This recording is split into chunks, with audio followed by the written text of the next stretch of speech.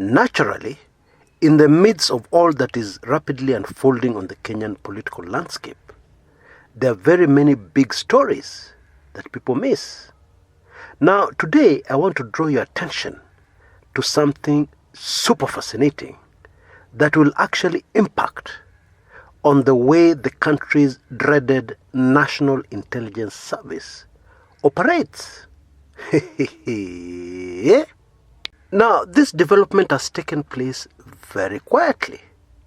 And yet, if I was to rate the importance of this story, I would say top story. Headline, extremely important.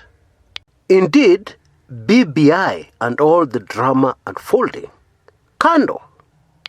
And here it is. The High Court in Kenya recently ruled that the government should immediately implement a part of the constitution to do with the operation of the National Intelligence Service that has so far been totally ignored.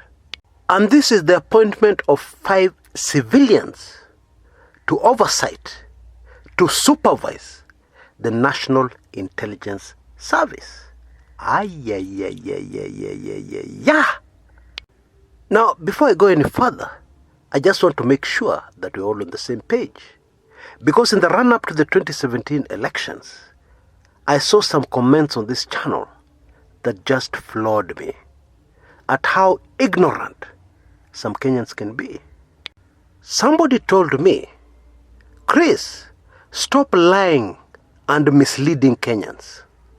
The intelligence service of the country is never involved in elections, has never been involved in any elections since the independence of Kenya.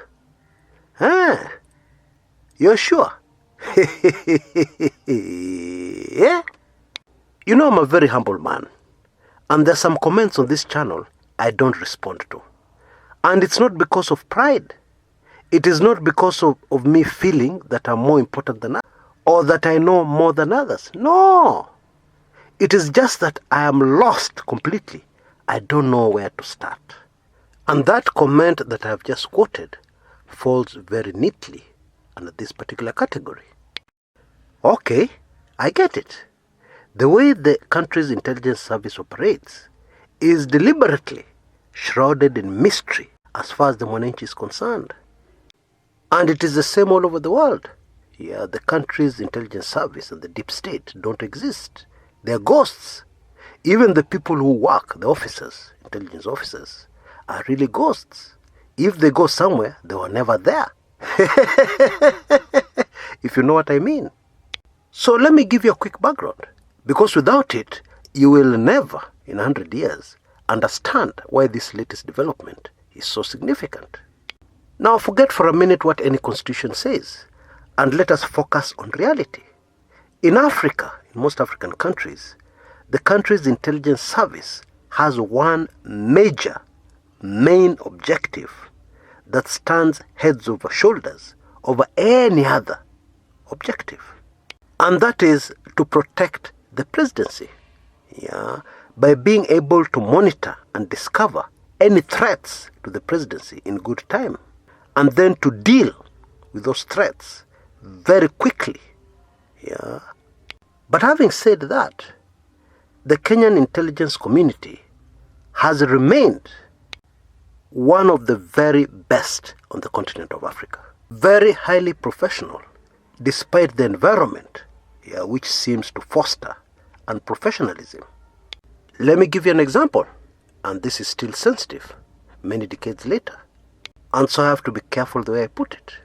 Now, there are 2 major political assassinations that took place between 1968 and 1976. One was carefully planned and executed by the intelligence boys, the special branch in those days. And the other was not.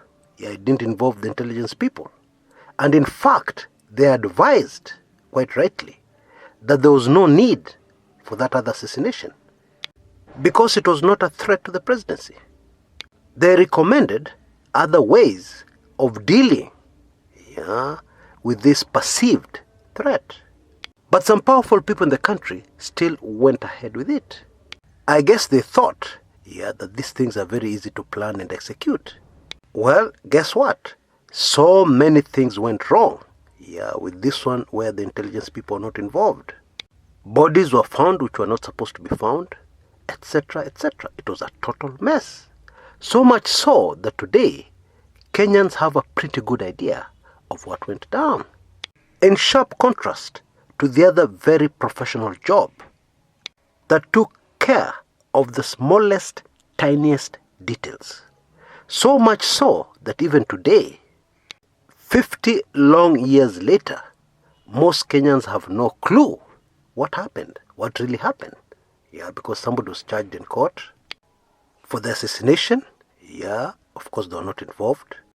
They were a fall guy, but not randomly picked. Very carefully picked out for a very specific reason, which worked very well to produce enough evidence to prosecute them successfully. End of story. In any circumstances, it becomes very difficult. Your options are greatly limited, when there's been a successful prosecution in a court of law. Anyway, I hope you get my point. And I know most of you can guess which particular assassinations I'm talking about. Admittedly, a lot has changed over the years and the decades. And today, the key, most vital intelligence officer is bound to be somebody who has never handled a gun, ever, during their entire lifetime. And they have a different set of skills. Computer-related, communication-related, especially to do with gadgets, which today can be used to monitor not only the movement of people, but a lot of the actions. Let me just leave it at that. But still, our intelligence setup, remains highly professional. And those of many other African countries pale in comparison. So much so, it is like comparing a child just starting out in kindergarten and somebody graduating with a university degree. I kid you not. But back to our topic.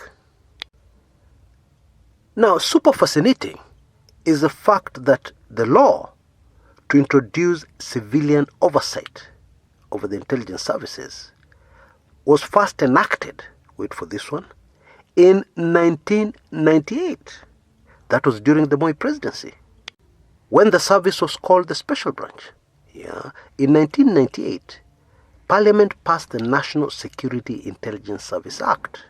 And Section 25 of that Act required the service to have civilian oversight in the form of an intelligence service complaints board, which would handle this highly sensitive matter of complaints against what the service had done that affected the civil liberties and human rights of citizens.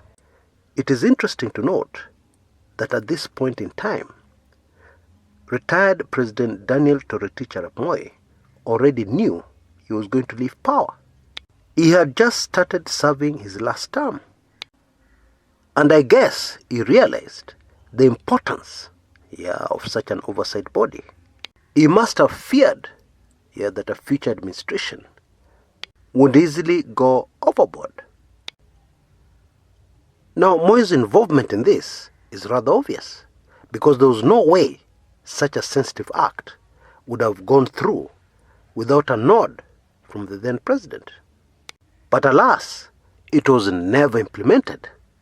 And when the new constitution was passed in 2010, the same idea was legalized in 2012 under the National Intelligence Service Act of 2012.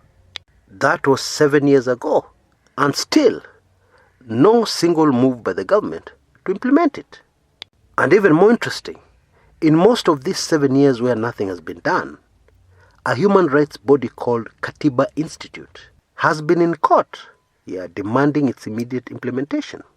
And finally, a High Court judge, Justice Reuben Nyakundi, has recently ordered the state to immediately appoint 5 civilians, 5 people, to sit on the Intelligence Service Complaints Board. One of the reasons why this latest development is so significant is because it comes at a time when we have so many issues that should immediately go before such a board. Let's give a few examples. There have been several complaints about the mass surveillance of citizens, which is a violation of civil liberties entrenched in our constitution.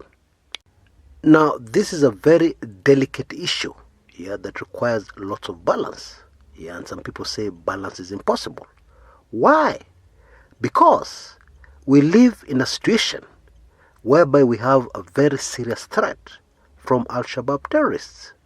And naturally, mass surveillance is key in thwarting some of these planned attacks that result in huge casualties of innocent Kenyans. However, it is also true that these enemies of Kenya are getting cleverer and smarter by the day, and therefore in many instances are able to escape surveillance. And so what happens is that innocent civilians, who have got nothing to do with terror, end up bearing the brunt of this surveillance. And the same argument can be applied to the other issue, human rights abuses. Because even the United States secretly abuses human rights in pursuit of terrorists. And then by far the thorniest issue is the involvement of the intelligence community in politics. Because history has shown us no sitting Kenyan president has been able to survive a re-election without the heavy involvement of the intelligence community, which of course gives a sitting president an advantage that is not legal. Oh yes, it's very illegal. Which brings me to one of my pet subjects. For very many reasons, which I cannot go into right now, but which many of you will be able to understand, re-electing presidents, or presidents going for a second term, is not an idea that is yet ripe for Africa. It is not an idea that will work in Kenya, ever, for a long time to come. And when you understand this, you will understand the reasoning behind the idea of forcing a president to run only for one term, even if you want to extend that term to 7 years. If this idea is ever enacted into our constitution, through the upcoming referendum or whatever, it will go a long way in solving this problem. In fact, it will go a long way in solving our problem of not being able to have free, fair, credible, and verifiable presidential elections in Kenya. Clearly, it seems to be something that is impossible to achieve in these shores. Although many people believe the problem is with the IEBC or the Electoral Board.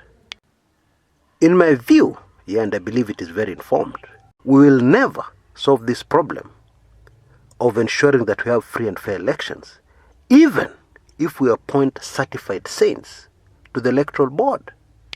The only way I see of achieving it is having a one-term president. You serve one term, then you go home. Hii mambo ya re-election tuachie wazungu.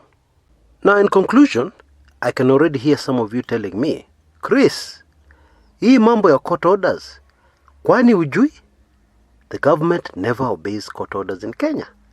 Well, I'm an optimist. I am.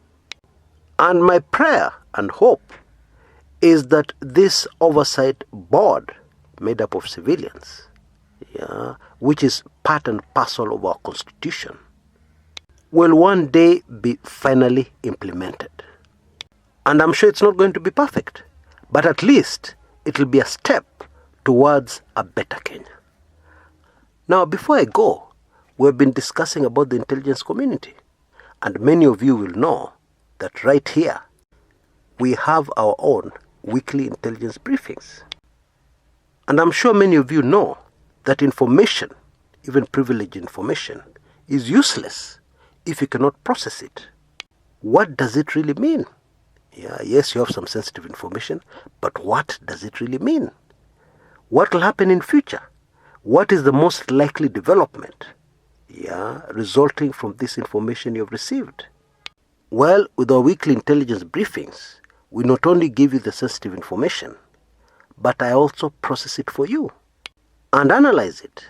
And I just wanted to give you a heads up that our amazing offer, foot through the door offer, of which you can see the details on your screens right now, is ending very, very shortly.